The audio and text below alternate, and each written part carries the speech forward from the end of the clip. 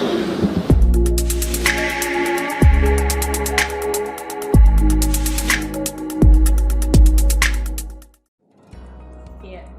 kita ketemu kembali dalam pelajaran pendidikan Pancasila dan Kewarganegaraan. Ya, di pertemuan pertama di semester genap. Ya, saya rasa kamu seluruhnya kelas 12 sudah memahami pembelajaran di waktu semester ganjil. Ya, kita masuk di bab yang ketiga, yaitu pengaruh kemajuan iptek terhadap Negara Kesatuan Republik Indonesia. Ya, di subpokoknya di sini ada mengidentifikasi pengaruh kemajuan iptek terhadap NKRI. Ya, kamu mengetahui bahwa di abad ini ada beberapa alat yang sangat menunjang pada perkembangan dan kemajuan ilmu pengetahuan. Contohnya seperti munculnya televisi, komputer, telepon, dan sebagainya. Ya, hal tersebut menunjukkan bahwa kemajuan iptek sedang dinikmati oleh seluruh masyarakat dunia, termasuk masyarakat Indonesia. Pengaruh kemajuan iptek itu pasti ada yang positif dan ada yang negatif. Ya, di sini kita bahas tentang pengaruh positif kemajuan iptek bagi kehidupan masyarakat Indonesia berbangsa dan bernegara. Di sini ada pokok bahwasannya pengaruh positifnya di bidang aspek politik. Ya, di bidang politik maksudnya banyak sekali misalnya proses-proses debat yang disiarkan langsung oleh televisi, debat terbuka dalam pemilihan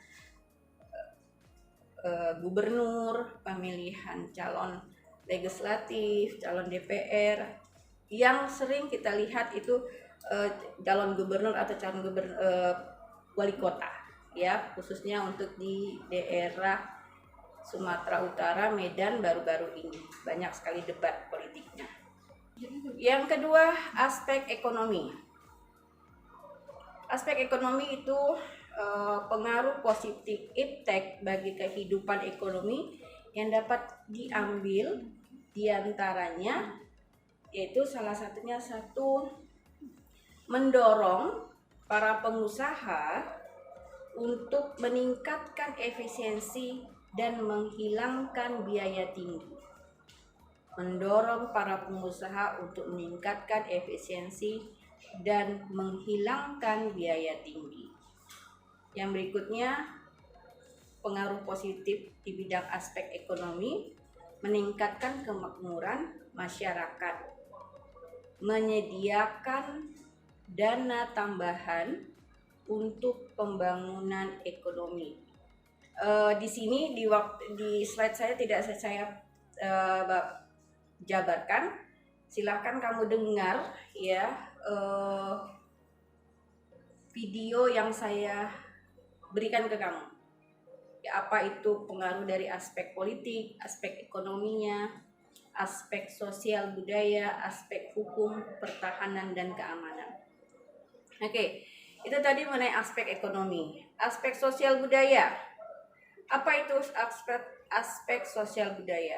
Kemajuan teknologi dan informasi yang ditandai dengan munculnya internet dan makna canggihnya alat-alat komunikasi, ya, yang secara langsung telah mempermudahkan kita untuk memperoleh informasi dari belahan bumi lainnya. Contoh aspek sosial budaya seperti kita, kamu secara tidak langsung kamu sudah dapat informasi pembelajaran melalui media, yaitu Google Zoom, Google Class yang sekarang ini yang sedang kamu nikmati, sedang kamu uh, lakukan. Oke, aspek hukum, pertahanan dan keamanan. Pengaruh positifnya, makin menguatnya supremasi hukum, demokrasi, dan tuntutan terhadap dilaksanakannya hak asasi manusia. Jadi semakin canggihnya teknologi, ya aspek hukum itu semakin terbuka. Jadi aspek hukum, pertahanan, keamanan yang paling booming sekarang ini masalah Rizik Syihab, ya. Dia banyak sekali mengenai aspek hukum, pertahanan, keamanan. Dengan adanya teknologi sekarang ini, dia orang hukum tidak semena-mena karena sudah dia mengetahui aspek hukum dan pertahanannya. Ya. Yang berikutnya, makin menguatnya tuntutan terhadap tugas-tugas penegak hukum, polisi, jaksa, dan hakim yang lebih profesional, transparan, dan dapat dipertanggungjawabkan. Contoh, kalau zaman dulu saya itu kalau polisi suka sekali, salah satu angkatan ya, suka sekali menyetop yang melanggar. Sebenarnya tidak melanggar, tiba-tiba dia membuat surat tilang. Nah, jadi agak dipaksakan dan itu keluarlah berupa uang. Sekarang ini tidak lagi. Sekarang ini sudah ada kamera, alat komunikasi kita itu sudah ada bikin video, dan video itu langsung dibuat ke YouTube dan itu viral. Makanya sekarang angkatan polisi ataupun yang lainnya tidak semena-mena. Polisi, jaksa, dan hakim, banyak sekali contoh yang bisa kamu lihat di sosial media. Banyaknya hakim yang terkena karena kasus korupsi, ya. Banyaknya juga polisi yang suka semena-mena. Itu salah satu kemajuan yang berpengaruh positif. Terima kasih kamu sudah mengamati dan memahami video PowerPoint saya. Kita akan ketemu lagi di tugas berikutnya. Assalamualaikum warahmatullahi wabarakatuh.